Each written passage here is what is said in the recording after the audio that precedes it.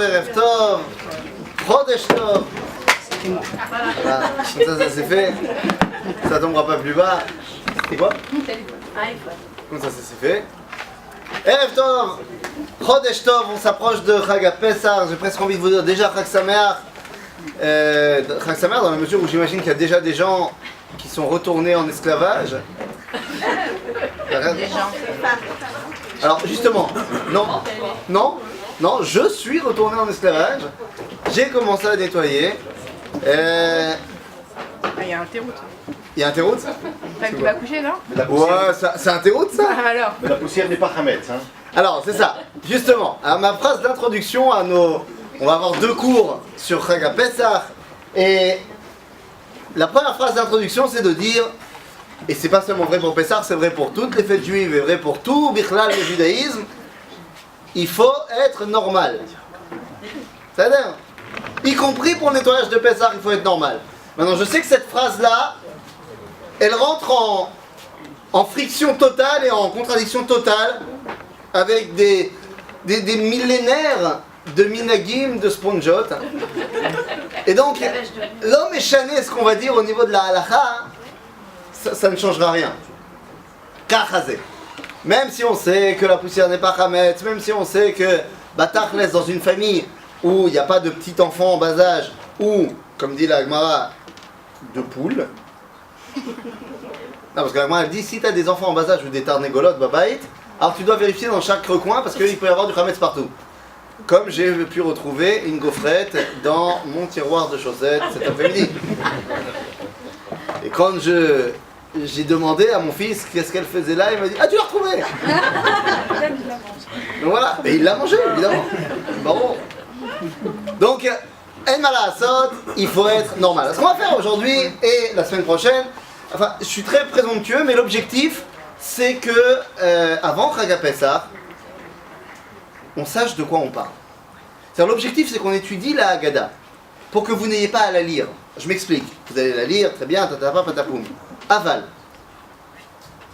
Le soir du Seder est un jour de fête. Donc, on n'est pas obligé d'être complètement mort parce qu'on a nettoyé chaque grain de poussière de la maison. Et 2, on n'est pas obligé de rendre cette soirée-là. On n'est pas tous des gens qui sont sortis de la yeshiva. On n'est pas tous des gens qui sont à la yeshiva et qui ont envie de parler toute la soirée. Il y a des gens, je ne sais pas combien vous allez être respectivement dans vos soirs de Seder, mais il y a des gens qui ont des invités, des gens bien, des gens normaux, qui n'ont pas envie d'attendre 2h30 avant de pouvoir manger. Ça commence déjà tard, je parle même pas de ceux qui sont encore en France. Ça commence tard, le temps qu'on mange, on n'est pas obligé de rendre ça rébarbatif, saoulant et ennuyeux. On n'est pas obligé de faire tous les pérouchim possibles et imaginables pendant la lecture de la Haggadah. Conseil pratique que j'ai reçu du Rav Cherki, mais qui à mon avis est dit partout. Si vous avez envie de faire des divrei Torah pendant le Maggid, maximum 3. Et de maximum 2 minutes chacun. Zéro. Par personne. En tout. Parce que, je sais pas comment vous êtes chez vous. 10 personnes autour de la table. 40. Bonne là. Trouvez des idées, faites des jeux, faites des trucs, mais... Tu viens de couper la parole à Nathan au soir de Pessah. T'as vu, c'est fini. Pourquoi? Il peut en faire 3. 32 minutes. 32 minutes. Non, par contre, quand est-ce que tu gardes tes grands divrei Torah? Le repas. Pendant le repas, lâche-toi. Les gens, ils ont mangé, machin, c'est Seder.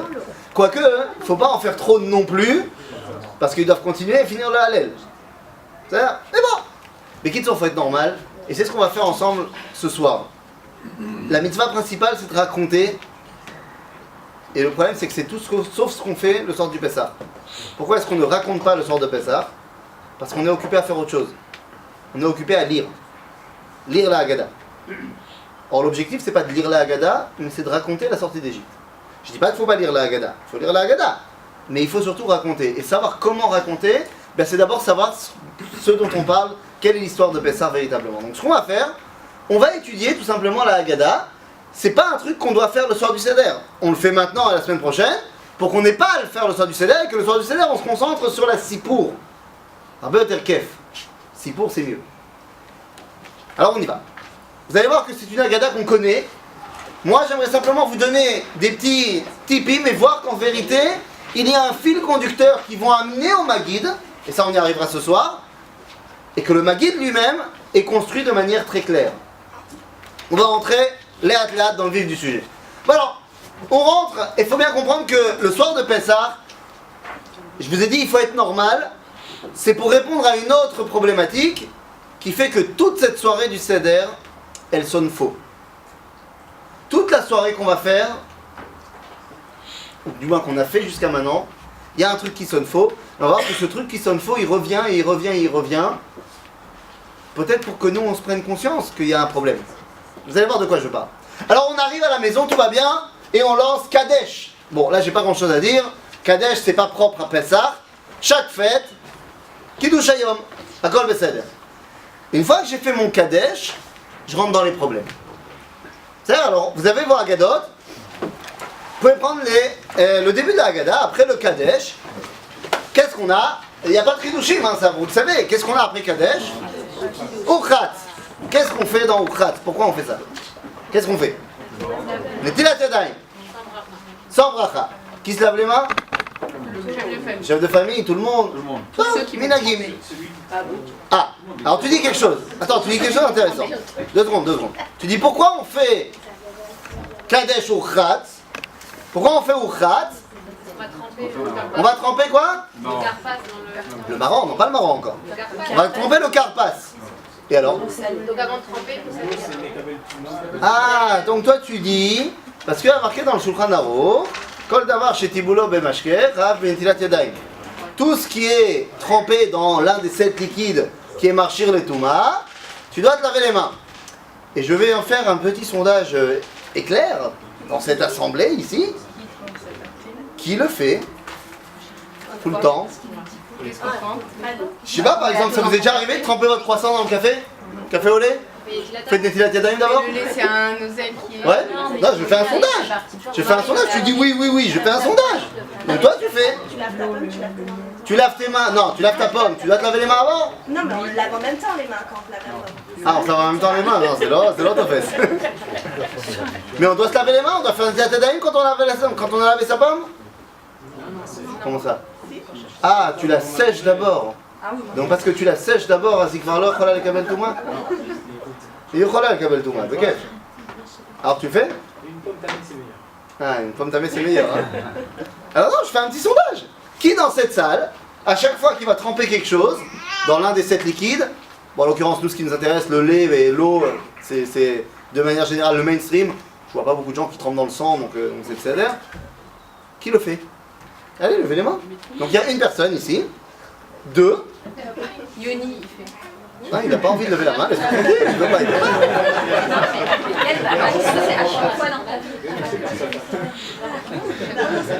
Il a envie de tremper son petit gâteau lotus dedans, tu vois, tranquille. Mais il n'a pas envie de se prendre la tête à l'aise. Donc, même si Yoni lève la main, ça fera jamais que 3 personnes sur tout le monde.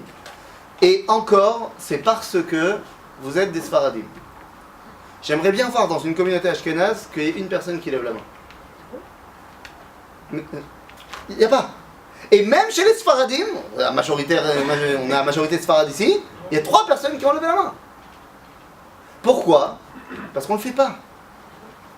Là, c'est Katouf Bashulchan Aruch. Hein? Qui a dit l'Onahagu? Le Chaya Adam. Chaya Adam, il a dit c'est vrai que c'est marqué dans le Shulchan Aruch qu'il faut faire l'Onahagu. Maintenant, moi ça ne me dérange pas que l'Onahagu. Aderaba, l'Onahagu, mais c'est d'accord. Alors à ce moment-là, pourquoi tout le monde se prend la tête le soir de Pessah et le fait? Im l'Onahagu. Ah, tu dis c'est pour poser la question. Seulement on n'a pas encore entamé le Maguid. On n'a même pas encore entamé le Veiga de Talebinra.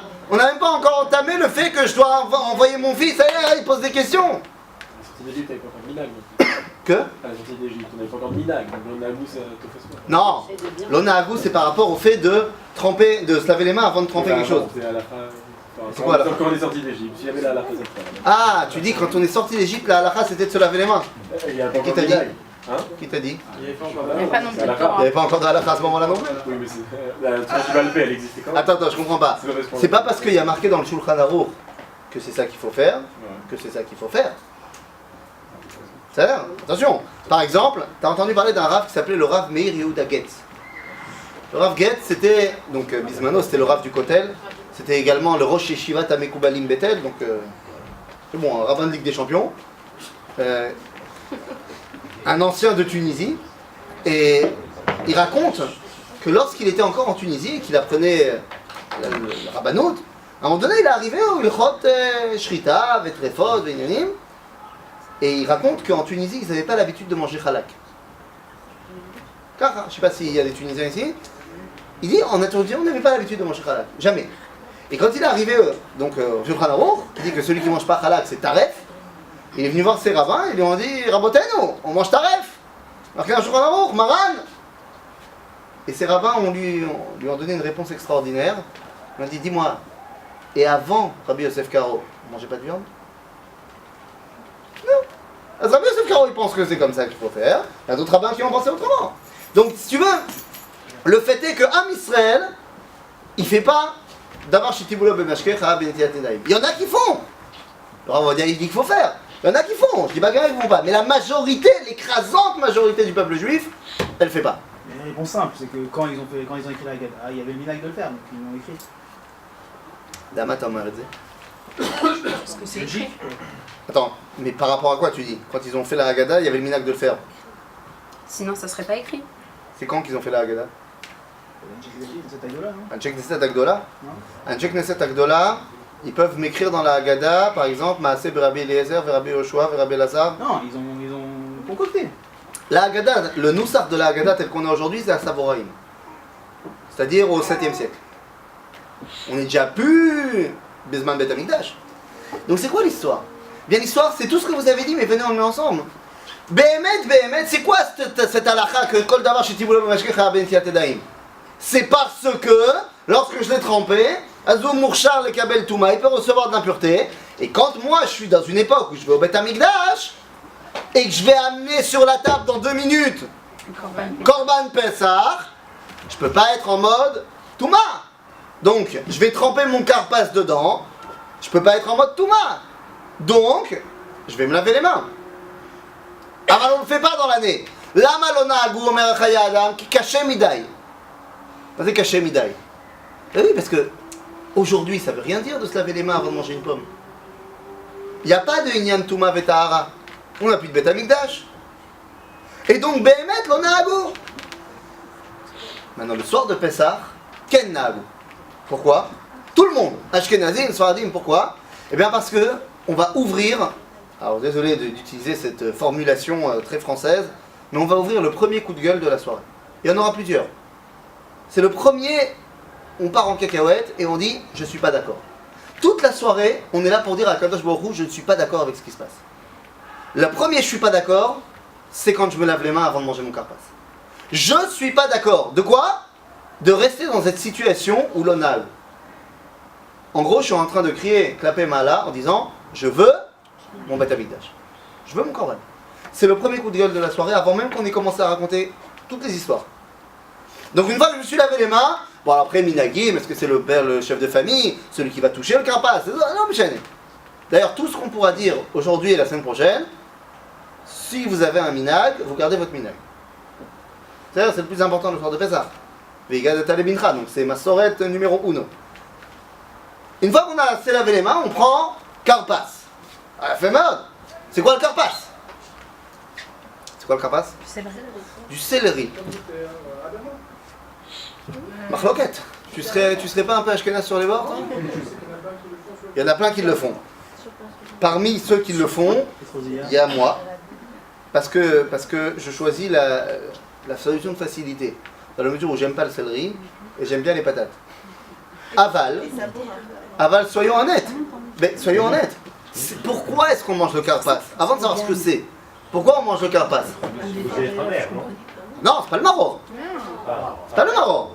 Karpas, c'est un petit légume, en l'occurrence le céleri. Mais pourquoi on mange le karpas? Pour ouvrir l'appétit. Alakha, kedel iftoach et ateavon. Vas-y, ouvre l'appétit avec des patates. C'est 1 kilo. C'est pas du tout le rayon. Ah maman, qu'en Pologne ils avaient pas de céleri, ils avaient des patates, alors ils ont fait avec des patates. Maintenant, Besséder, c'est quoi le inyan du karpas? Karpas on a dit Behemet, le karpas c'est céleri. D'accord. עכשיו למה? Lama on prend le céleri. C'est quoi notre coup de gueule lorsqu'on prend le karpas? Alors Nachon, l'iftor tate avon, zedarkam shel benechorin, c'est comme ça que font les hommes libres pépères, on est là, on s'ouvre le thé avon, parce qu'on va se faire exploser l'estomac, on va se faire un repas de déglingo dans 2 secondes, donc on s'ouvre l'appétit, je veux bien. Mais pourquoi le karpas? Toute la soirée c'est de la symbolique. Alors là, madafka karpas. Eh bien les amis, c'est une explication absolument incroyable du Malbim, qui dit que le karpas, le céleri, d'où est-ce qu'on apprend le karpas? De Yosef. Yosef, il avait un habit particulier. C'était quoi l'habit qu'il a reçu de son père? Ktonet Passim. Omer Amalbim Sham, que la Ktonet Passim, est-ce que c'est en longueur ou en largeur? Hein? C'est intéressant. Obélix vous dira que c'est, tout le monde le sait, c'est sur la longueur que ça amincit. Mais on ne sait pas. Le Malbim dit, non, on sait que c'est sur la longueur. Lama, qui c'est Ktonet Passim, et ça ressemble au mot karpas. Passim, karpas. Or, ce légume-là, le céleri, eh bien, il a des rayures sur la longueur. Oui, mais pourquoi Pardon? il y a Yosef? Oui, mais le karpas, c'est pas des pommes de terre. Non, attention. Le karpas, à la base, c'est un légume qui s'appelle le céleri. Malassot que les juifs qui étaient exilés dans les terres nordiques de Pologne n'avaient pas de karpas. Donc ils ont dû prendre ce qu'ils avaient sous la main pour faire qu'ils nous genre karpas. Ils ont pris des pommes de terre. Mais c'est sûr que c'est pas l'idée, quoi. D'accord? Mais pourquoi Yosef maintenant? Ah, alors pourquoi Yosef maintenant? C'est Bidiouk Aïnian. Qu'est-ce qu'on va parler toute la soirée? Comment on est arrivé? On va parler de quoi? Non, pas seulement de l'Égypte, mais de la sortie d'Égypte. Or, la sortie d'Égypte, il nous faut un koach manea. Il nous faut un koach manoa, il nous faut quelque chose qui va nous faire sortir d'Égypte. Cette force-là qui nous fait sortir d'Égypte, d'abord et avant tout, c'est Mashénikra Mashiach ben Yosef. Mashiach ben Yosef, elle se retrouve pas dans Yosef, mais dans la Ketonet Passim de Yosef. Et donc lorsque je viens et que je mange mon karpas au début du Seder, je viens dire voilà, d'abord je me rattache à ce qui va me permettre de sortir d'Égypte, c'est-à-dire à la force nationale du peuple juif. D'accord? Donc j'ai ouvert mon Seder en disant je ne suis pas d'accord de rester en situation d'exil, et pour bien te montrer que je ne suis pas d'accord de rester en situation d'exil, la première chose que je fais, c'est de me rattacher à ce qui me permet de sortir d'exil. Ma chère Bénus. Donc j'ai mangé mon karpas, je suis content. Ils ont trouvé que ça, genre le lien, Tu dis c'est un peu tiré par les cheveux, non? Quoi? Genre quoi? Propose? Si on creusait la tête pour trouver La rhubarbe. Yosef. La rhubarbe. Mais est-ce qu'ils avaient de la rhubarbe? En Pologne, oui. Ouais, en Pologne, mais pas au Maroc. Ah bah voilà.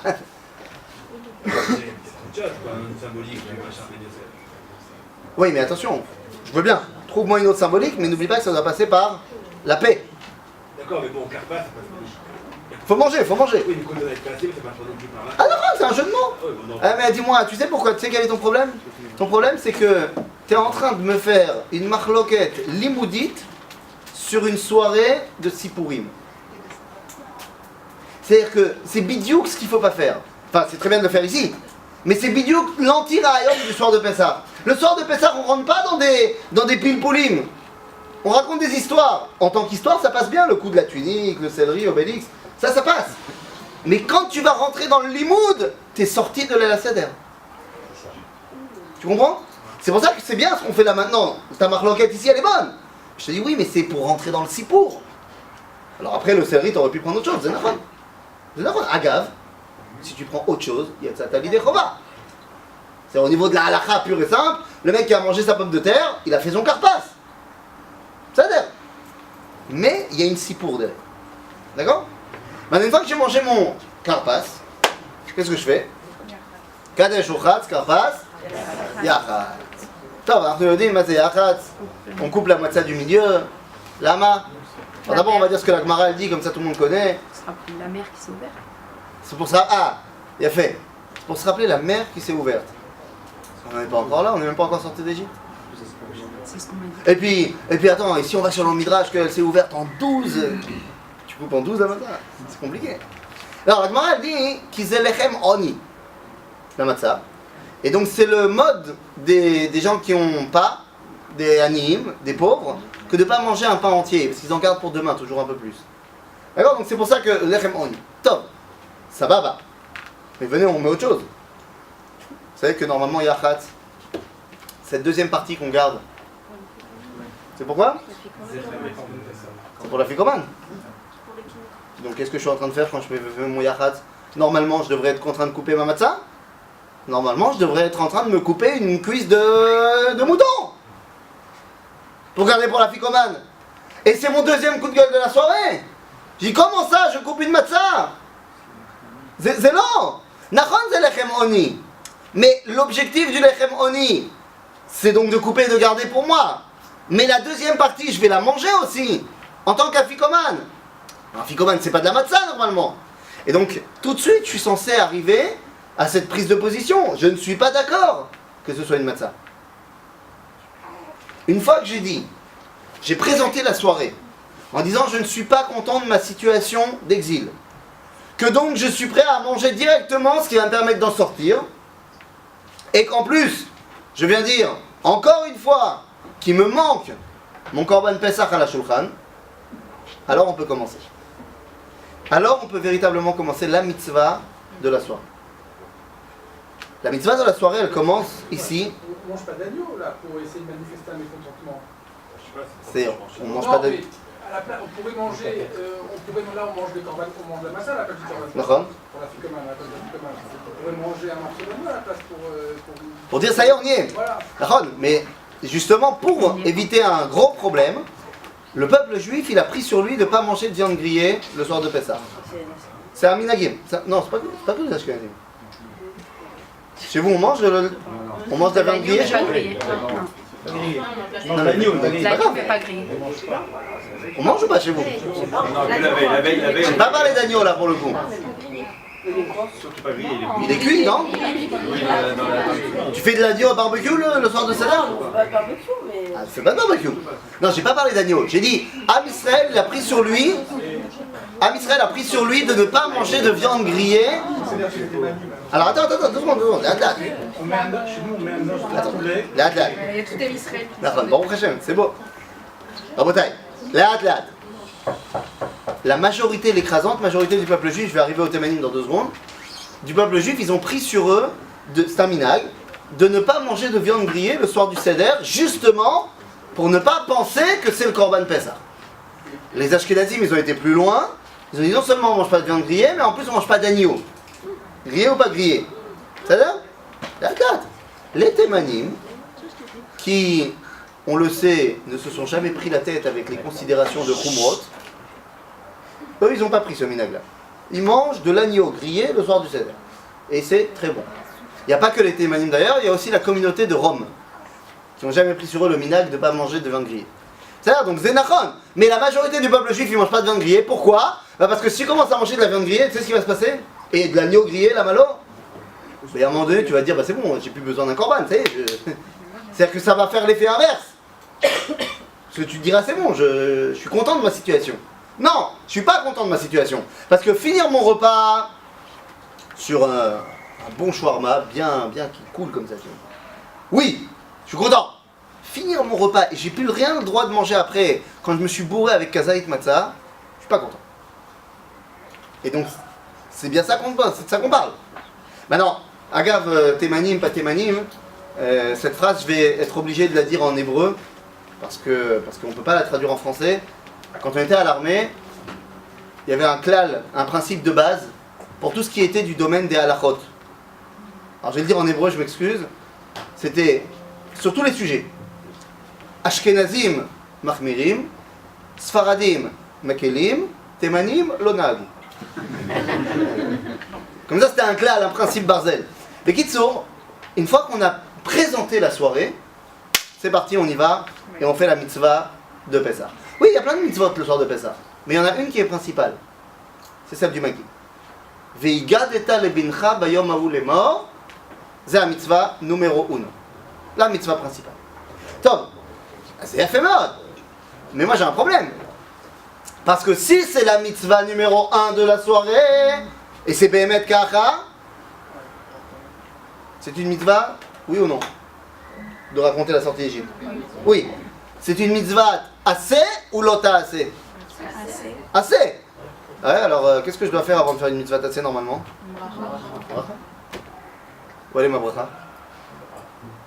Tu fronces tes sourcils. Là-bas. Quand tu fais une mitzvah assez, tu dois faire une bracha. Regarde. Plus tard dans la soirée, tu vas manger de la matzah. C'est une mitzvah. Ok? Shivat yameh matzot tochelu. Et donc qu'est-ce que tu fais avant de manger? Baruch atah Hashem Elokeinu melech haolam, asher kitshanu mitzvot havetziranu al achilat matzah. Maror, al achilat maror. Il y a plein de mitzvot assez où il n'y a pas de bracha. Genre? Je dirais une bêtise, mais faire la tzedaka. Alors, faire la tzedaka, c'est me'od nachon. Pardon? Un chiot. C'est où? Chez un shiur. Donc tu peux pas faire une bracha sur quelque chose qui n'est pas quantitable. On a compris. Maguide, il n'y a pas de chiot. Ah si, justement, il y a un shiur. On va voir. Et ça, Que ce soit Pesach, Matzah, Maror ou autre chose, mais On va en trouver. il y a quelque chose. Ok? Donc qu'est-ce qu'il y a une mitzvah assez, et avant de faire une mitzvah assez, je dois faire une bracha, une malasot. Alors vous allez me dire, ouais, mais on a fait le kiddush. Non, le kiddush, c'est pas sur la mitzvah, c'est sur kiddush hayom. Vous allez me dire, on a fait Boré Peri Adama. Top, ça c'est sur le karpas, c'est pas sur la mitzvah de Maguid. Attends, Emet, cette question-là, hein, c'est pas moi qui la pose, c'est Rabbi Moshe Sofer, Achatam Sofer. Pose la question. Il devrait y avoir une mitzvah, une bracha, il n'y en a pas. Il se creuse la tête, et pendant ses pile poulim, il se rend compte qu'en fait il y a une bracha. Il y a une bracha, seulement elle n'est pas au bon endroit. À la fin du Maguid. Alors, on va faire un jeu de dif-douf terrible ce soir. Prenez la fin du Maguid. La fin du Maguid. Donc juste avant de manger. Juste avant Motzi, Matzah, Maror, tatata. Vous l'avez? D'accord? Birkat Gaal Israël. Vous l'avez la bracha? Ouais. Baruch atah Hashem Elokeinu melech haolam asher ga'alanu veka'alet avotenu vetatata v'natapum v'vezapum. On viendra sur cette bracha après, mais vous l'avez la bracha ici, elle est là. Nous dit le Khatam Sofer, il y a une bracha. Bon, mais il y a un problème parce qu'elle n'est pas au bon endroit. Il faudrait la faire avant le Maguid. Ah, alors il te dit, justement, dans 10 secondes tu me redis ta phrase. Juste, je dis la mienne, ensuite tu dis la tienne. Et le Khatam Sofer il dit, à ma connaissance, je connais pas d'autre cas où on fait d'abord l'action et ensuite la bracha. À toi? Mais Netilat Yadayim, ouais, mais Netilat Yadayim. Attends, 2 secondes! Chez les 2 secondes! Bande d'Ashkenaz. 2 secondes! D'abord Netilat Yadayim. Oui, mais Netilat Yadayim, n'oublie pas que ta bracha tu l'as fait alors que tu as encore les mains mouillées. C'est-à-dire que tu es encore dans l'action. Quoi? Ça, c'est pas une mitzvah. C'est quoi? Non, j'ai pas le droit de m'essuyer les mains d'abord. C'est-à-dire que je fais toujours partie de l'action. Alors là, et là j'entends à ma droite, Adlakat Nerot Shabbat. Alors c'est pas parce que aujourd'hui il y a une grande partie du monde séfarade chez Ishtaknez que ça en fait la réalité. C'est-à-dire que vous connaissez les Ashkenazim. Les Ashkenazim, on aime se triturer la tête. Et donc on s'est dit, si jamais on fait d'abord la bracha, on a fait rentrer Shabbat, alors on peut plus allumer les bougies. Aval bedoré dorot, al-gabé dorot. Les rabbinim sfaradim, ils ont toujours dit qu'il fallait d'abord faire la bracha et ensuite allumer ve'al tebalbel li et amor. Donc, c'est pas parce que nous les Ashkenazim on s'est pris la tête. D'ailleurs, c'est Ma'anien, le Khatam Sofer il est Ashkenaz. Et il rentre pas ça. Il dit, à ma connaissance, à la fin il va dire, non, je connais en fait un cas. Mais il parle pas de la Adlakat Nerot Shabbat. Peut-être qu'il connaît les Sfaradim.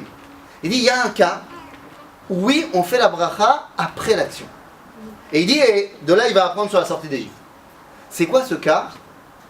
Mais il dit, c'est à guerre chez Tovel le Geruto. Un converti qui veut se convertir, d'abord il doit rentrer au mikveh, et c'est quand il sort qu'il va faire la bracha. Chav Zemanian, c'est curiose au niveau de la halakha. La halakha dit que quelqu'un qui se convertit, kshehu yotse min hamikveh ou yehudi. Et s'il se noie? Madino. Hein? Il est mort juif. Ah, on l'enterre juif ou on l'enterre pas juif? Bah oui, parce qu'on va le sortir du mikveh à un moment donné. Donc c'est pas ça. Oui, des fois c'est morbide, oui, alors, qu'est-ce qu'il y a? On est Ashkenaz ou on l'est pas? Voilà. De Kitsour, à guerre chez Tovel les Geruto. Un converti qui se convertit. D'abord, il va au mikveh, ensuite il fait la bracha. Pourquoi? Dit Khatam Sofer, c'est barou. Parce qu'avant qu'il sorte du mikveh, donc il ne peut pas dire Asher Kidesha nous, Mitzvota Betziva nous. Il ne fait pas partie du nous. Il dit c'est exactement la même chose pour Pessah. C'est une bonne question, je ne sais pas exactement. Parce que c'est pas sur la, c'est une bracha sur la tvila ou sur le fait qu'il devient Yehudi? Parce que sinon C'est un moussar un petit peu mouzar. Je vérifierai pour la semaine prochaine. Mais c'est la mitzvah de l'Idgayer. C'est pas une mitzvah qui est pour toi ou pour moi, mais Misherotze, Azum Mitzvah Reflezé. Nous dit le Khatam Sofer, Zenachon, Gam, c'est vrai aussi pour la sortie d'Égypte. Il dit, Agave, c'est une phrase globale sur ce qu'on va faire maintenant qu'on va commencer à lire le Maguid. J'ai une fâcheuse tendance à penser que ce que les gens écrivent, que ce soit dans le Talmud ou nos sages, après, ils croient dans ce qu'ils disent. C'est-à-dire, s'ils écrivent quelque chose, c'est qu'ils y croient. Or, le Talmud nous dit dans le traité de Psachim, et ça va être repris par le Rambam au niveau de la Halacha, c'est une phrase que vous connaissez. Bechol dor vador, chayav adam, lirot et atzmo, keilu hu, yatsa mitzrayim. Est-ce que c'est seulement une phrase littéraire, ou c'est pour de vrai? J'ai tendance à penser que c'est pour de vrai. Et donc, nous dit le Khatam Sofer, donc, avant de sortir d'Égypte, tu peux pas faire la bracha. Pourquoi? Parce que c'est qui le patron avant que tu sortes d'Égypte? C'est Pharaon. Donc tu peux pas dire Baruch Ata Hashem. Alors que non, c'est Pharaon le patron. Donc ce n'est que une fois que je suis sorti d'Égypte, et pour moi c'est quand que je sors d'Égypte? Quand je raconte la sortie d'Égypte, je sors d'Égypte. Et bien ce n'est que après cela que je peux faire partie du clan Israël et que donc je peux faire la bracha. Et c'est pour ça que la bracha du Maguid elle est à la fin. Il faudrait dire que la bracha elle est sur le bol d'Orvador. Et que là la bracha elle est sur la mitzvah avec Atalintra. Mais c'est la même chose. C'est-à-dire que pour que je puisse dire à mon fils que quoi? Qu'on est sorti d'Égypte, il faut que d'abord je sorte d'Égypte. Et c'est pour ça que d'ailleurs juste avant de dire la bracha, tu vas dire cette phrase. Bechol dorvador, adam mirot atzmo. Sinon tu peux pas. Ça, c'est pour le sipo. Si on avait de manière plus pratique, si on avait réfléchi, ils ont mis la bracha à la fin. C'est pas bon parce que si tu l'as fait au début, alors tu peux plus parler, tu peux avoir de la siardat pendant toute la Haggadah. Est-ce que tu finisses, mec? J'ai pas compris. Pourquoi tu pourrais plus avoir de la siardat? Si tu mets la bracha Chien, Nilo Mevin, slicha. Elle est jusqu'à la fin du Maguid. Alors, si c'est ça ton problème, si c'est un problème de limoud. Non, j'entends. Tu dis, si je mets la bracha au début, ça c'est les mecs qui sont dans la yeshiva, tu vois. Ils disent, on va faire des problèmes là où il n'y en a pas. Ça fait partie du jeu, à la yeshiva, on passe toute la journée à faire des problèmes là où il n'y en a pas. C'est pas ça d'ailleurs. Tu dis, si on fait la bracha au début, alors j'ai plus le droit de changer mon avis à certaines dates, jusqu'à ce que j'ai fait la mitzvah. Et donc, oui mais attends, alors très bien, donc moi je vais te donner un pitaron, tu fais la bracha au début, et juste après la bracha, tu dis Pesach Matzah Maror, Yatzat Yidechova, et après c'est bon, je suis pépère. C'est quand même fait, j'arrive. On aurait pu s'arranger. Or, c'est pas le cas. Parce que, et comme tu dis, c'est pour la Sipour. Mais d'accord, mais toute la soirée, c'est la Sipour. D'accord? Regarde, je répète encore une fois. Moi, c'est ce que je fais chez moi. Même si des fois j'ai des nabdouyotes qui viennent Mishamaim, c'est-à-dire mes parents, ou d'autres personnes autour de la table. Mais si ça ne tenait qu'à moi, la lecture de la Haggadah, top chrono, 9 minutes et c'est fini. Non, mais mettre. Et moi, c'est ce que je fais et ce que j'essaie de faire. C'est que on fait toute la lecture d'âme, mais toute la lecture, un tic-tac, on dit tout, à voix haute. Mais le plus vite possible, je dis le top départ, je dis le top d'arrivée, et une fois que j'ai fini tout ça, alors on peut commencer Bemet Sipur Yetziat Mitzrayim. Et c'est parti, et les déguisements, et les jeux, et les compètes, et les trucs, c'est Sipur Yetziat Mitzrayim. C'est sûr que la Haggadah, c'est pas ça qui va aider nos enfants à se traber. D'ailleurs, tiens, c'est intéressant. Comment elle s'appelle cette mitzvah? Veigadeta lebincha. Donc vous avez dit, ça veut dire quoi en français? Tu raconteras. Mais qu'est-ce que ça veut dire les hagid en profondeur? Vous savez, quand on cherche la traduction d'un mot en hébreu, en profondeur, on va voir quoi? La racine, effectivement, ou alors la racine la première fois, ou alors l'araméen, le targoum, machénikra. Qu'est-ce que ça veut dire dans le Talmud, dans le traité Choulin par exemple, quand on parle de goud asik, au goud achik, l'air guide, c'est non, pas à couper. Et on le rapproche. C'est la guide en araméen, ça veut dire rapprocher. C'est ça le but. Agave, c'est à ça que servent les guidim dans le corps. Ça rapproche les parties les unes avec les autres. Et c'est tout ça qu'on... Pardon ? Les tendons, si je ne me trompe pas. Les ligaments, non Ligaments, tendons, ligaments, tendons, on a marqué loquette. Dans tous les cas, je crois que les deux ils servent à la même chose, de rattacher deux parties, non? Donc Bekitso, ça rattache. Ça rattache. C'est ça le but du jeu ce soir. Donc si tu crois que tu vas réussir à rattacher tes enfants en leur faisant des pilpoulim, il khatim, la brioute. Mais je pense pas que la majorité des enfants ils sont rattachés par ça. C'est-à-dire, donc on a fait notre bracha, en fait on l'a pas fait mais on sait qu'elle va être là. Et on peut commencer notre histoire. Et on commence le Maguide par un mensonge éhonté. Oui. Le fait de dire je l'ai en 9 minutes, c'est pas comme on peut dire je comprends pas la tefila, je vais la faire hyper vite, après je rajoute ce que je veux rajouter derrière. Mais t'as pas compris. Mon problème, c'est que je comprends pas la Gada. Mais je comprends très bien la Haggadah. D'ailleurs, c'est ce qu'on va faire là maintenant. On va comprendre la Haggadah. La Hamik. Mais ce soir de Seder, le but du jeu, c'est pas de lire. C'est pas non plus de faire des pilpoulim. Le but du jeu, c'est Veigatta le bincha. Les saper Yetziat Mitzrayim. Chazal, au fur et à mesure des générations. C'est minimum commun quoi. Non, Chazal, ils t'ont donné un pense-bête. Parce que le problème que tu as, c'est que quand on t'a parlé de te raconter la sortie d'Égypte, on t'a pas dit comment le faire. Donc les gens qui ont un rouge baril, ok, mais sinon on t'a donné un pense-bête. Maintenant, ça veut pas dire qu'il faut pas la hamik. Il faut la hamik, c'est ce qu'on fait maintenant. Pourquoi? Pour savoir quoi raconter le soir du Seder. C'est-à-dire, mais le texte lui-même, c'est pas un texte biblique. C'est-à-dire? Alors, on commence le Maguide et on le commence par un mensonge éhonté. Mais un mensonge bien comme il faut. Et pour le coup, là je vais prendre la communauté ashkénaze, même vraiment yékite, parce que chez eux le mensonge il est encore plus vrai. On dit la même chose, c'est tout le monde. Mais ceux qui sont d'une communauté yékite, ils vont se comprendre de quoi je parle. On commence comment quand on lance le Maguide Par rapport au fait que c'est une obligation positive, il y a plein de points d'obligation positive qui est pas lié auxquelles les femmes ne sont pas obligées. Nachon, et pourquoi elles le sont quand même obligées? Qui a fait Mayou Botoan, c'est Bisrout Nashim Tzadkaniot, tout ça. Ok? Comme un Pourim. Donc on commence le Maguide, et on commence le Maguide en disant quoi? Alors reprenez le début. On commence au Maguide, et là, vous connaissez Halachmania. Voilà le pain de misère. Shachlo avatana de Hara de Mitzrayim. Voilà, ça c'est bien, ça fait plaisir. Et là, le mensonge. Celui qui veut, qui vienne. Celui qui a besoin de manger, allez, ça fait plaisir. Et je me tourne vers nos frères Yakim, dans le monde entier, où chez eux il y a, je sais pas, 20 personnes invitées autour de la table du Seder. Et vous savez qu'une des choses extrêmement importantes de préparation, c'est que l'après-midi, avant de recevoir les invités, une des choses les plus importantes, c'est que sur les places de chacun, il y a le petit papier avec le nom de la personne qui va s'asseoir. Et chas v'shalom, de ramener quelqu'un, parce que c'est quoi ce halachmania? Tu dis, tout celui qui a besoin, il vient manger. Mais tu dis ça quand? Quand t'es déjà rentré à la maison, devant la chaise avec ton petit papier. C'est quoi ce mensonge, cette blague? Parce qu'il y a des places vides. Ah ouais? Ouais, pour qui? Pour les invités Mais c'est qui qui viendront peut-être. Tu connais beaucoup de familles, toi, qui en plein milieu du Seder, ils ont des invités. Oh bah, ça fait plaisir, allez bien. Moi je fais ça après Kidouche aussi. Non seulement tu fais ça après Kidouche, tu fais ça à la maison, t'as déjà fermé la porte à double tour. Et tu fais genre Elia Wanavi, mais bon, on sait bien que voilà, c'est moi qui fais bouger la table, ça va, on la connaît l'histoire. C'était interdit au Coran.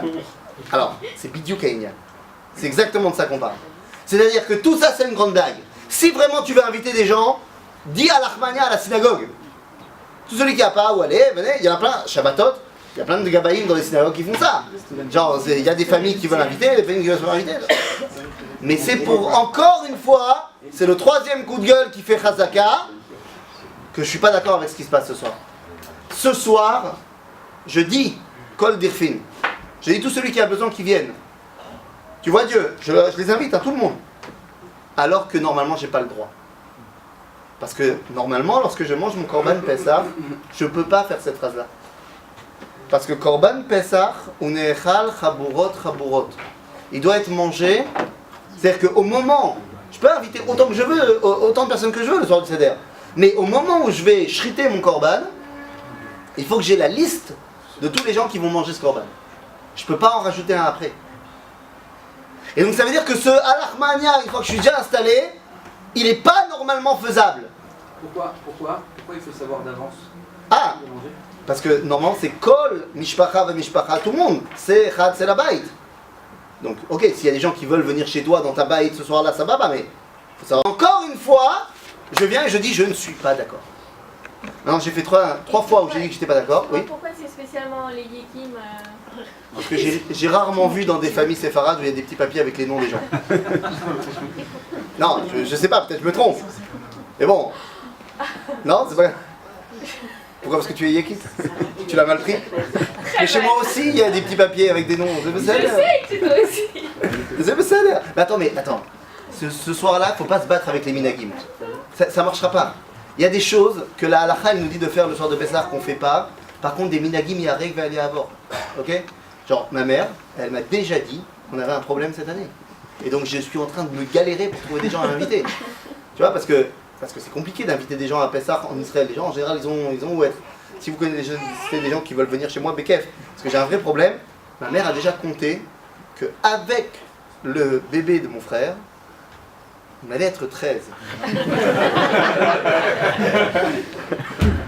On peut pas être 13 de son Seder. Oui, parce que Jésus, ils étaient 13. Alors tu préfères ça ou les petits papiers? Tu choisis. Les petits papiers, voilà. Donc, El Malasot, on va pas se battre contre les minagim, on sait que les minagim ça bat tout le monde. D'accord? Mais Kitso, là, une fois qu'on a fait ça, on peut rentrer dans la Haggadah. On peut rentrer mamash dans la Haggadah, et c'est parti. On va rentrer dans le Maggid, donc dans notre mitzvah principale de la soirée. Je vais vous demander de Léat, on a le temps. On va voir de quoi il s'agit. La vérité, c'est que cette Haggadah-là, elle est longue. Franchement, elle est longue. Alors d'après ce que tu dis, j'ai l'impression que toi tu aimes... Entre le kidouche et le repas, combien de temps chez toi? 5 heures.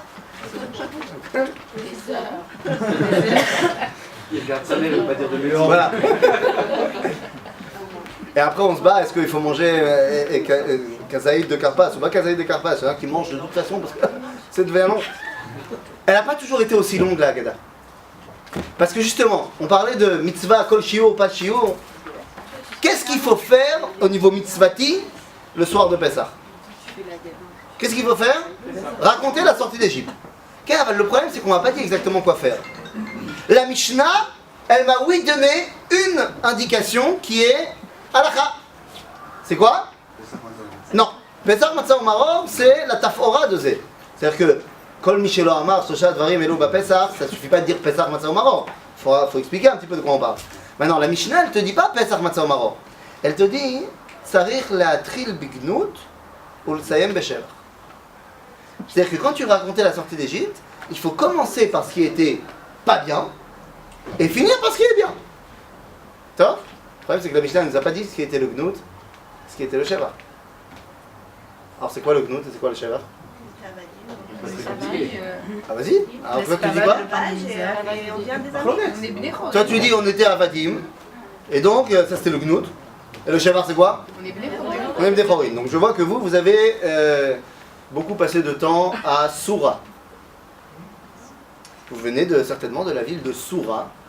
Vous étudiez chez Rav. Mais pas chez Shmuel. Parce que à Pompédita, c'est pas ça qu'ils disent. C'est ça. Eux ils disent non, quel est Rami Obedavi? Rami Obedavi c'est après. Qu'est-ce qu'ils disent à Pompédita? À Pompédita ils disent c'est pas ça le problème. C'est quoi la Gnut? C'est que Mitechila. C'est pas Rami Obedavi. Rami Obedavi c'est moi je frère. C'est Mitechila ou Avodazara ou Avotenu. On était idolâtres. Vema Sheva. Varchav Kirvanu Amakom la Avodato.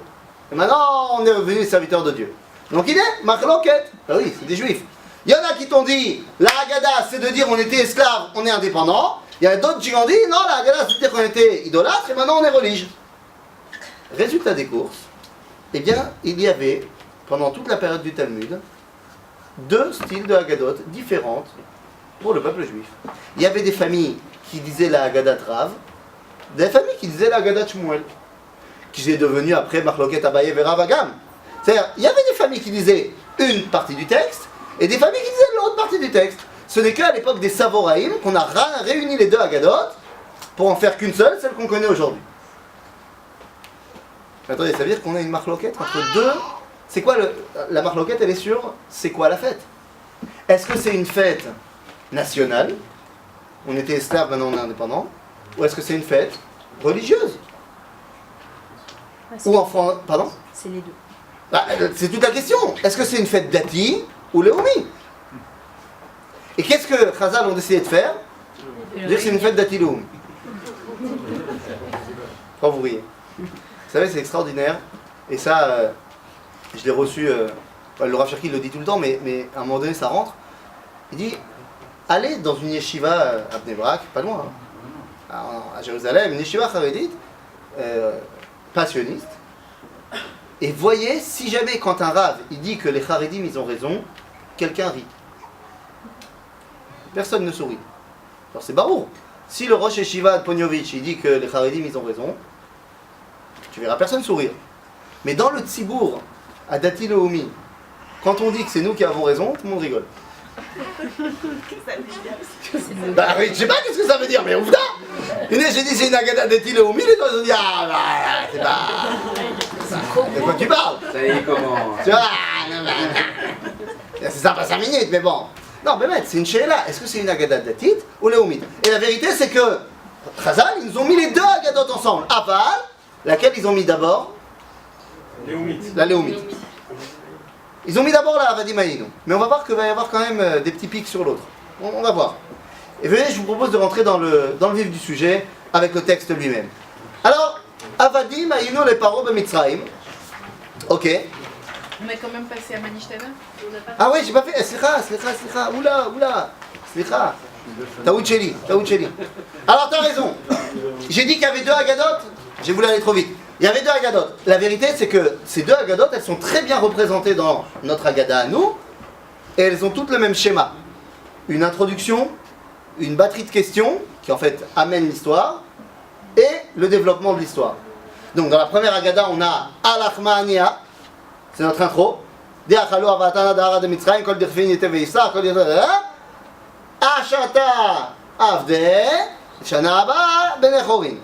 Voilà, c'est ça le pôle du truc. On était esclaves et l'année prochaine on sera libre. Boum. Et là-dessus, le Manishtana. Quoi? Ah, Etmol, vous faites quand vous? Après Al-Achmania? Nous, l'idée. Avant. Ah non, lui il dit qu'on fait Bibilou. On fait Etmol ou Bibilou? Je comprends pas. Ah, t'as vendu là? Mais non, mais c'est pas les deux Marocains? Non, il y a Etmol, c'est tunisien. Ah, Etmol, c'est tunisien. Petit papier. Tu te rappelles? C'est quand même plus facile que de faire tourner. Bibelou, c'est marocain. Agave. Si déjà on est dans les minagim qui ont perdu complètement leur sens, parce que Etmol, les bibilous et les petits papiers, ça je veux bien. Mais attendez, c'est quoi cette histoire de Etmol? D'où ça vient? C'est quoi? Ah, au Passach, mais al-Batel Mitzrayim, avec le plateau. C'est un symbole. Non, bah alors si tu fais... Mais alors quel rapport avec le plateau? Tu veux me dire il a passé, alors fais que le papa il arrive et il fait comme ça au-dessus de la tête des gens. On mettait le maror sur les linteaux des portes. Le marron sur le linteau des portes, je connaissais pas ça. Non, c'est C'est pourquoi faire? C'est quoi tu vois? À la fin de Pessah. à la fin du Seder. Top. En Algérie, on m'a dit qu'ils balançaient le marron par la fenêtre. Et les témanim, ils se frappent avec le marron. Les témanim, ils se frappent avec le marron. Allez! On les a vus. Tac, comme ça. Chérie à la brioute. Chien. Il faut savoir que ces minagim là, à la base, ils ont un makor. C'est pas... C'est quoi le makor de prendre Bibilou et Tmol? Makor il est dans la Mishnah. Dans la Mishnah. Ah, ils n'ont pas dit Bibilou. Mais le makor c'est quoi?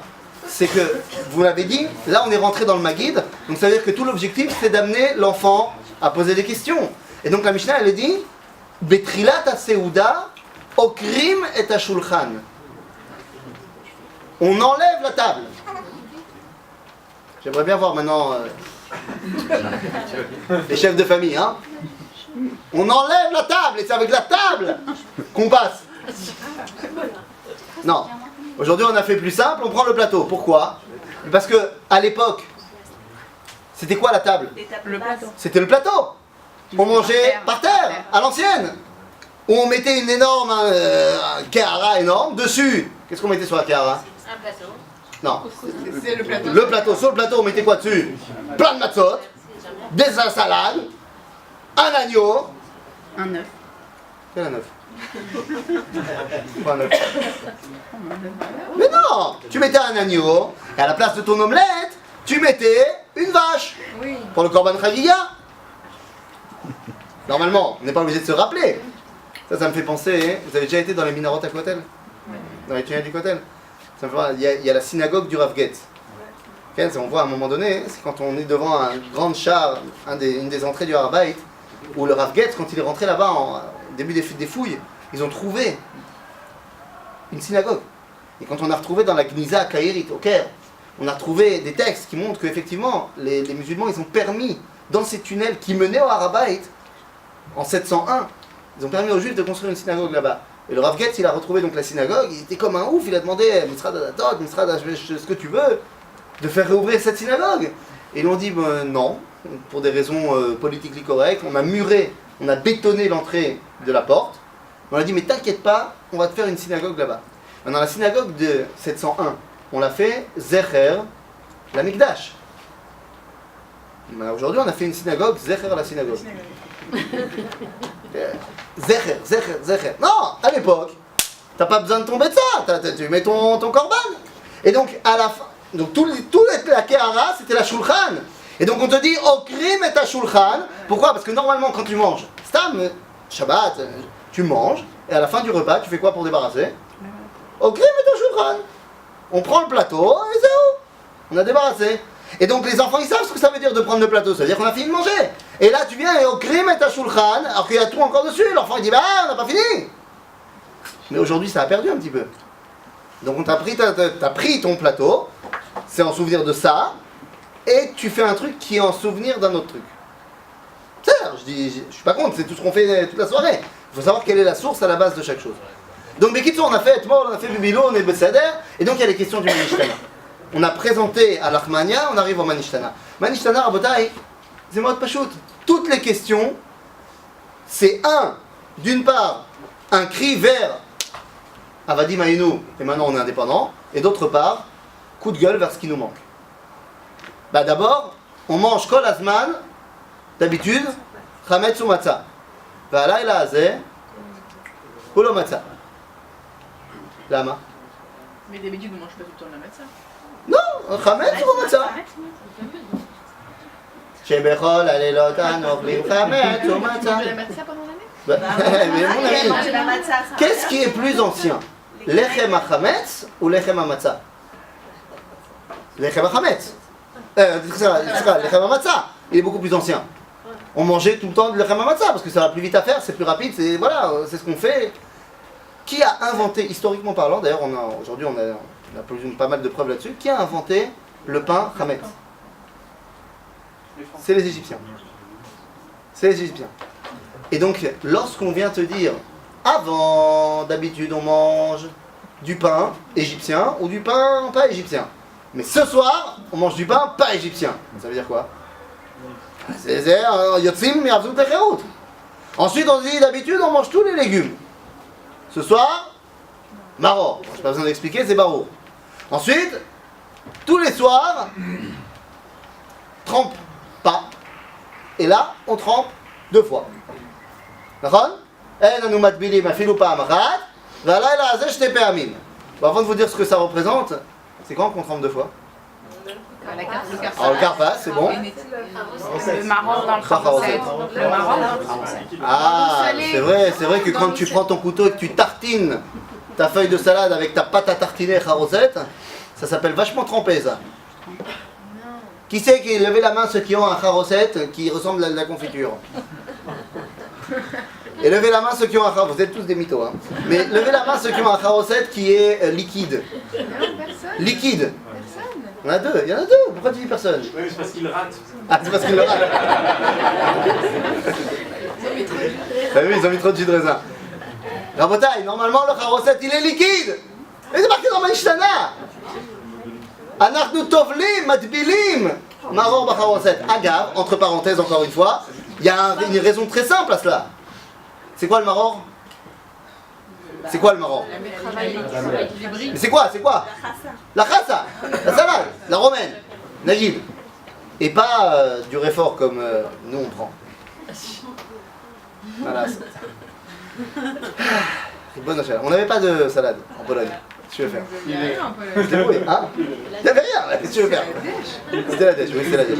Je rigole ou quoi? Mais quand les juifs de Pologne, mes grands-parents, quand ils sont arrivés en France, non, on a comme ça une massorette dans la famille. Mes grands-parents, ils sont arrivés de Pologne en France après la Première Guerre mondiale. Et au début, ils étaient choqués. Quand ils voyaient les Français manger de la salade. Ils mangent de l'herbe comme les vaches. On comprend pas. Ils savaient pas ce que ça voulait dire, manger des légumes frais comme ça en Pologne. Y a pas? Bon, non mais c'est Vayesh, on fait avec ce qu'il y a. Macheloye, le maror, c'est de la salade. Bon d'accord, mais il y a un problème avec la salade. C'est quoi le problème avec la salade? Il y a plein de petites bébêtes. Non, alors faut la nettoyer avant le seder. Comment on fait? Comment on fait pour nettoyer la salade? On fait pas un cours de halakha. Mais bon, pas shoot. Qu'est-ce qu'on fait? Vinaigre. C'est le meilleur truc pour enlever le khalakim. Ah ouais, mais le problème, c'est que si tu le fais avant le Pessah et que tu as laissé tremper, ça devient maror kavouche. Et maror kavouche ou pas sous le lait la seder. C'est un maror qui est plus apte à être utilisé. Il a macéré. Mais on le laisse. Oui, mais je sais pas comment on dit kavouche en français. Macéré. Il a macéré, mariné. On n'est pas obligé de le laisser 2 heures. Non, mais même quand tu le laisses un petit peu, au niveau ultratique, ça devient déjà problématique. Et donc, pour pas rentrer dans ce problème-là, viens, on se tourne vers Acheno Atemanim, on se tourne vers les Yéménites, qui ont toujours gardé. Non, Nahagou, mais Nahagou comme à l'époque. C'est-à-dire qu'ils ont toujours leur charoset, c'est vraiment liquide, c'est du sroug. C'est-à-dire à l'ancienne. Et donc, qu'est-ce qu'ils font? Ils prennent la salade, ils la mettent dedans. Ça tue tous les derniers harakim qui sont pas partis de. Quand je les lavais à l'eau et machin.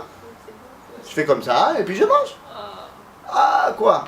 Il y a encore les petites bêtes. Ah ben non, ils sont maintenant dans le pot de carousel. On aime bien finir. Mais oui, mais c'est kharif. On aime bien finir. Je vous rappelle juste qu'entre parenthèses, le carousel, c'est censé rappeler quoi? Le mortier. C'est vrai que c'est... Pourquoi c'est liquide alors? C'est bien que ce soit pas liquide justement. Non, alors, symboliquement parlant, c'est censé rappeler le tit. Je te rappelle que le tit, le mortier, avant d'être solide, il est liquide. C'est quand il sèche qu'il devient solide. Bon, mais maintenant, le symbole du mortier, c'est quand même. C'est une pâte quand même. C'est la pâte, ouais. Avant d'être une pâte, il est liquide. Mais si on parle de symbole. Ah bah l'azov. Tu veux contrer Manishtana, Manishtana est marqué qu'on trempe. Et toi tu dis non, on va tartiner. Mais on peut tremper aussi avec quelque chose qui est. Je veux pas rentrer dans les détails Oui, c'est vrai. mais c'est pas obligé d'être liquide totalement pour tremper. Si tu veux tremper dedans, et non pas les nagev roumous, il faut que ce soit liquide. Essayer de tremper la matzah dans du Nutella, c'est bon. Ça, c'est... Faudra qu'on s'échange des recettes. Mais attends, mais c'est qui clignote là, peut-être. Ah, c'est fini. Bekitsour, Manishtana alayla, c'est d'habitude on trempe pas, et maintenant on trempe 2 fois. Nous, Avalama on trempe, on a dit, d'abord le carpas. Deuxième fois, Kharoset, tout ça s'échauffe pas à l'amertume. Parce que le carpas, on l'a trempé dans l'eau salée. Et la dernier truc, d'habitude, Ben Yoshvin, Ben Mesoubim. C'est que toutes les 4 questions du Manishtana sont tournées vers une chose. On était esclaves et on sort. Mais j'ai dit qu'il y avait aussi un coup de gueule. Vous savez qu'il y a un chiffre qui revient très souvent dans la Haggadah? 4. Et qu'est-ce qu'il dit le Maharal? Quand il y a 4, il y a 5. Quand tu as 4 points, ça dévoile forcément un 5e. Il y a toujours un 5e qui se cache. Et la vérité, c'est que ces questions-là de Manishtana, vous savez où elles sont marquées à la base? Dans la Mishnah. Sauf que dans la Mishnah, il y a une 5e question. Manishtana alayla azeh, shebechol alelot, anu ochlin tzli esh umevushal bamaim, ve'alayla azeh, rak tzli esh. On l'a enlevé parce qu'on ne le fait plus. Ouais, c'est trop dur de le dire tout le temps. Tous les soirs, normalement on mange soit grillé, soit cuit, soit n'importe comment. Ce soir, on mange que grillé au feu de bois. On parle de quoi? Du korban. C'est trop dur. C'est trop dur de dire ça alors qu'on ne le fait pas. Mais toi qui as étudié la Mishnah, tu sais qu'il y a une 5e question. Et donc c'est un coup de gueule, dis non, c'est pas possible. Quoi, je fais pas encore? Maintenant, une fois que j'ai ouvert avec mon intro, j'ai posé mes questions, j'ai bien montré quel était le kivun, quelle était la direction. Alors je peux rentrer dans mon premier développement. Et le premier développement, il commence comme ça. Avadim aïnou le paro b'Mitzraïm. Donc on était esclaves de Pharaon en Égypte. Vayetzien ou Misham beyat chazaka ou b'zroa netouya. C'est bon. Bah, ça y est. J'ai commencé en disant ce qui n'était pas bien. J'ai fini en disant ce qui était bien. J'ai fini. Bah, effectivement, j'ai fini. J'ai plus rien à raconter sur la sortie d'Égypte. J'ai tellement plus rien à raconter sur la sortie d'Égypte. Hein? Je vais revenir à Abraham. Non, c'est dans longtemps, Abraham. Ouh là là. Non. J'ai tellement plus rien à raconter sur la sortie d'Égypte que je vais te balancer des autres trucs qui a priori ont rien à voir. Du style. Hein?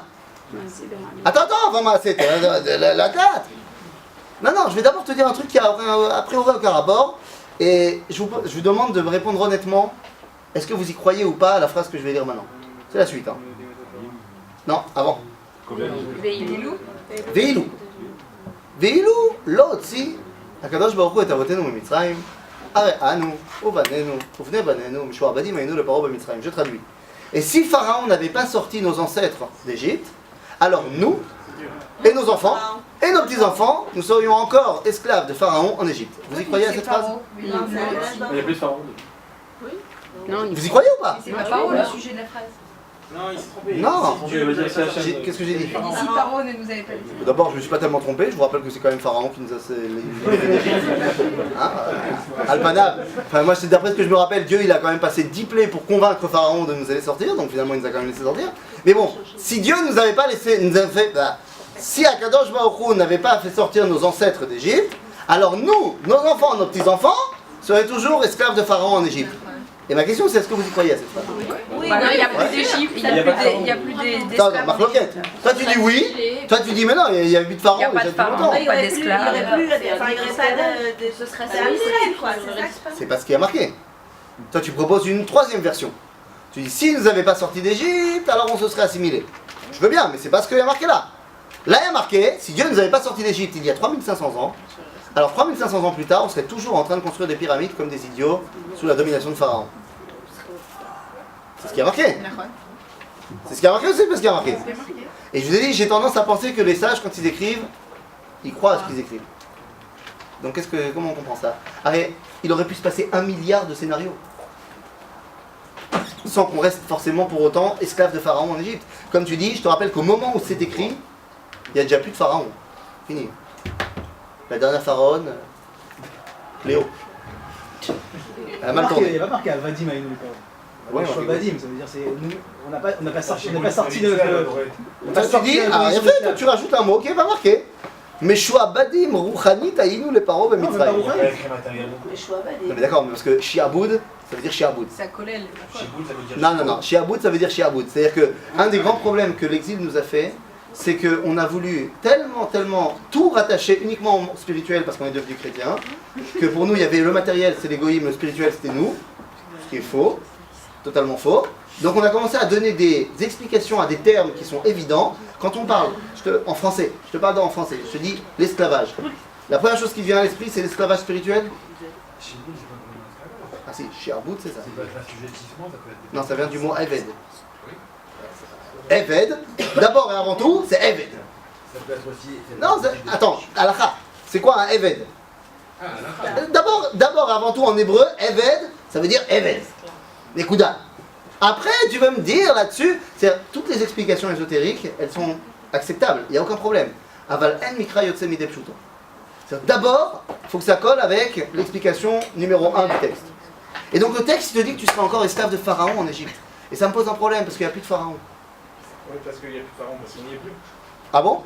Parce qu'on n'y est plus. Mais je te rappelle que lorsqu'on est sorti d'Égypte, il y avait encore des pharaons. La preuve, c'est qu'il y a un Shishak qui est venu nous prendre la tête juste après Shlomo. Il y a Paro Necho qui est venu, qui a tué Yoshiaou Melech Yehuda, bien après la sortie d'Égypte. Qu'après ça, on a eu encore des incursions de pharaons, que ce soit Amenhotep, ou que ce soit Akhenaton, ou que ce soit Toutankhamon. Il y a eu Cléo. Ah non, mais je reviens sur elle. Parce que Cléo, qu'est-ce qu'elle a pu nous prendre la tête? Elle n'était pas du tout copine avec Hérode. Ah non, pas du tout. Bon, le problème c'est que Hérode c'était le copain de Marc-Antoine et elle couchait avec Marc-Antoine. Conflit d'intérêt, qu'est-ce que tu veux? Non, ça veut dire, on est sorti d'Égypte, il y avait quand même des pharaons. Et pourtant, aujourd'hui on n'a plus. Donc qu'est-ce qu'on fait? La vérité c'est que cette problématique, elle a été mise en valeur par le Rav Kook et il va donner une réponse. Une réponse qui est assez incroyable. Il dit, Bémet, si Dieu ne nous avait pas fait sortir de nos ancêtres d'Égypte, alors il ne le dit pas avec ces mots-là, mais il dit que le monde serait rentré dans un freeze. Alors là, Maya, nique pas. On serait gelé. Qu'est-ce que ça veut dire? Et il explique. Il dit que le rayon, l'idée d'évolution. Pourquoi ça nous dérange cette explication que si on n'était pas sorti d'Égypte, alors on serait 3500 ans plus tard toujours esclave de Pharaon en Égypte? Ça nous dérange parce qu'on est des Occidentaux. Et que dans la culture occidentale, l'idée de mouvement, l'idée d'évolution, l'idée de faire améliorer les choses, c'est une des bases de notre société.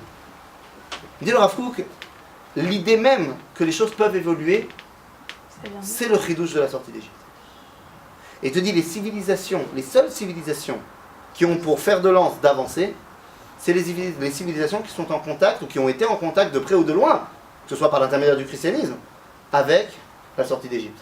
Il dit les civilisations qui n'ont pas été en contact avec la sortie d'Égypte n'ont pas bougé. Et comme exemple, on peut réciter les civilisations d'Amérique centrale, les Aztèques, Incas, qui n'ont pas bougé d'un iota en 2000 ans jusqu'à ce que Cortés vienne les massacrer tous. C'est-à-dire qu'ils n'ont pas bougé. La civilisation aztèque, elle n'a pas bougé en 2000 ans.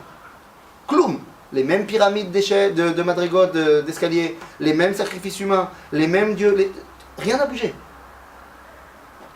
Mais en quoi les Occidentaux étaient liés à la sortie d'Égypte? Le monde occidental, c'est le monde qui est basé sur ce qu'on appelle aujourd'hui la culture judéo-chrétienne. Donc oui, sortie d'Égypte. Mais alors, il faut qu'il va donner également l'exemple avec les Chinois. Il dit jusqu'à nous, où il y a un début jusqu'au XXe siècle, la Chine a été complètement écartée du monde occidental. Volontairement, elle ne voulait pas se mêler. Et ce qui est très intéressant, c'est de voir que toutes les inventions que l'Europe a mis en valeur, que l'Europe a découvert depuis la Renaissance, 17e, 16e, fin du 16e, 17e, toutes ces inventions, toutes ces découvertes scientifiques ont finalement amené à ce qu'on appelle la révolution industrielle et la génération d'Internet. Toutes les découvertes depuis la Renaissance jusqu'à maintenant qui étaient faites au 16e, 17e étaient déjà connues en Chine au 11e siècle. Seulement la différence, c'est qu'ils n'en ont pas fait une révolution industrielle. Parce que c'est une mentalité là-bas. C'est pas parce que tu découvres quelque chose de nouveau qu'il faut changer le monde. Qui t'a dit que le monde qui va changer, il sera meilleur que celui que tu as eu déjà? C'est une façon de penser. Et finalement, le Rav Kook vient et termine en disant, je t'ai donné des exemples sur la vie, c'est marqué dans la Torah. Et il nous donne comme exemple, je ne sais pas si vous avez entendu parler de Yosef? Vite fait. Ouais. Lui aussi, il a eu un problème avec un pharaon. Et très bizarre, le pharaon de Yosef, on nous dit un truc très bizarre, il a fait un rêve. Alors, je vous demanderai pour jouer le jeu, vous êtes maintenant Khartoumé Mitzrayim. Vous êtes maintenant les plus grands sages de l'Égypte. Et moi je suis pharaon et j'ai un gros problème parce que j'ai fait un rêve, ça fait plusieurs nuits là déjà. Je comprends pas bien, alors messieurs, dames, veuillez m'aider. Alors voilà, je vous explique en deux mots. Alors je fais un rêve très particulier où au début, il y a plein à manger. Après, il n'y a plus à manger. Qu'est-ce que ça veut dire? Et là tous les Chachmei Mitzrayim, ils disent, je sais pas, je peux mettre une chéla. Et il y en a un qui dit, écoute j'ai un pote, pour l'instant il est en prison, mais bon, écoute c'est pas de sa faute, hein, c'est pas lui. Hein. Bon écoute, fais-le venir. Il arrive Yosef, et là Paro il lui dit, écoute j'ai fait un rêve incroyable, je t'explique. Hein. Au début, dans mon rêve, il y a plein à manger, après il n'y a pas beaucoup à manger. Qu'est-ce que ça veut dire? D'autant plus que en hiéroglyphe, le symbole qui parle d'une vache, c'est le même symbole qui parle de l'année. Ça, donc, cette vache, qu'est-ce que ça veut dire? Il y avait beaucoup à manger, après il n'y avait pas beaucoup à manger, 7 fois. Et là, Yosef, il lui dit, écoute, ton rêve, ça veut dire qu'au début, il y a beaucoup à manger. Après, il n'y a pas beaucoup à manger. Et la parole lui dit,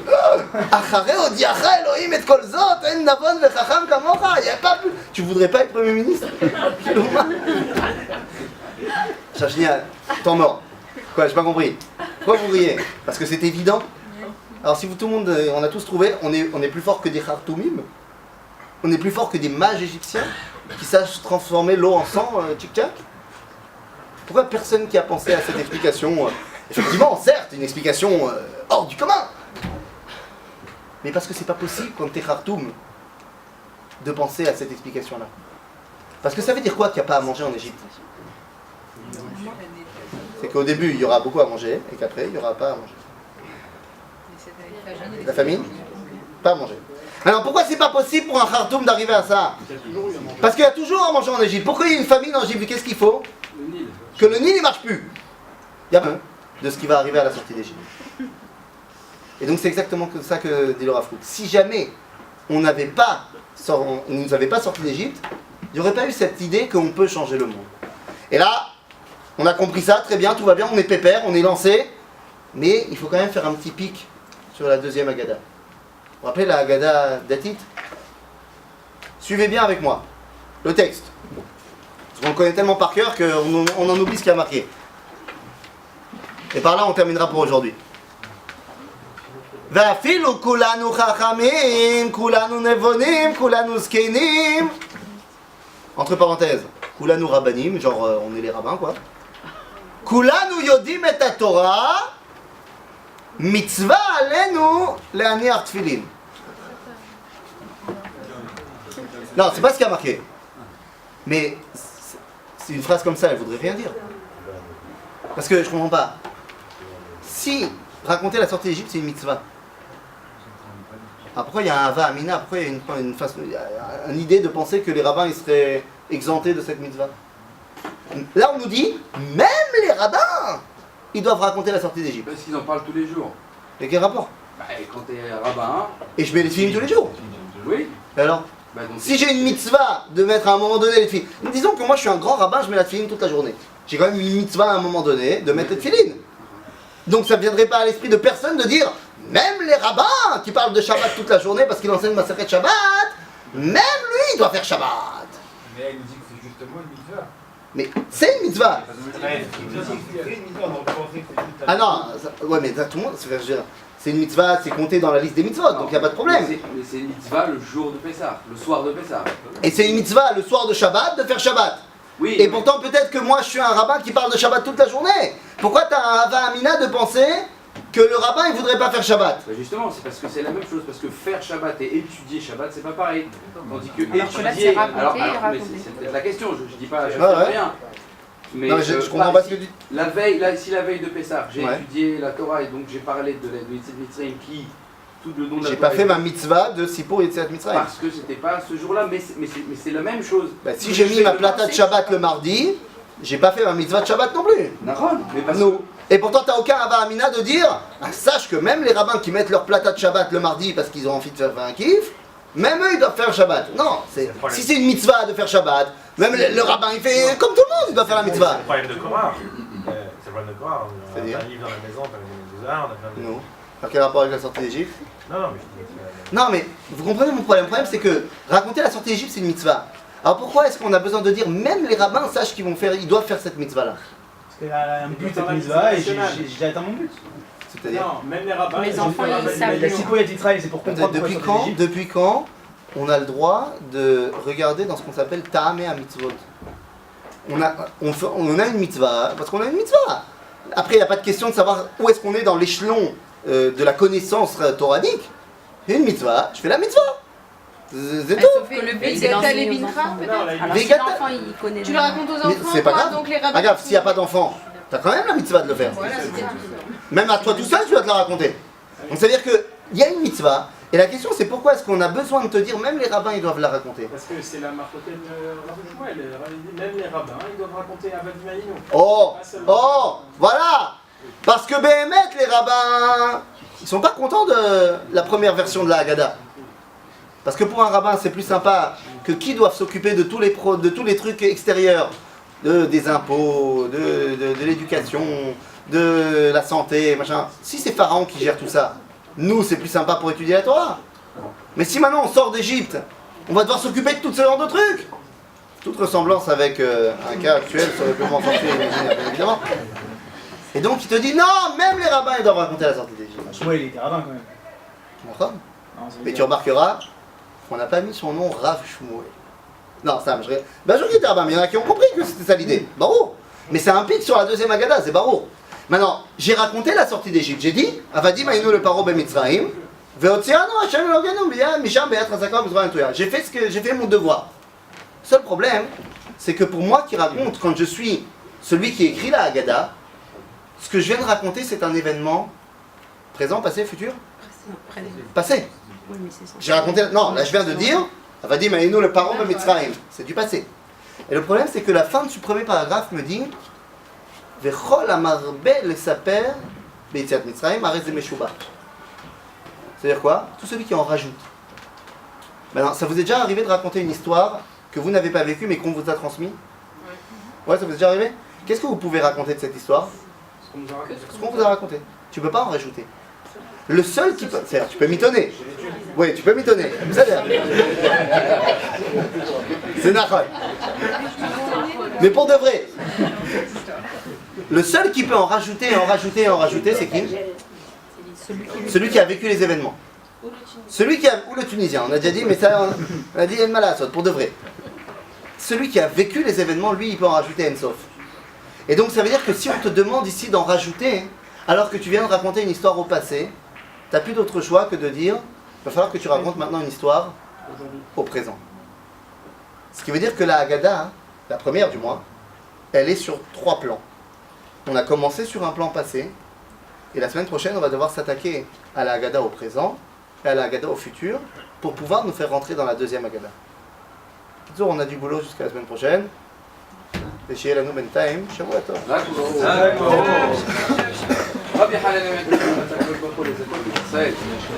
Mes Haggadot reviennent chez moi. Voilà.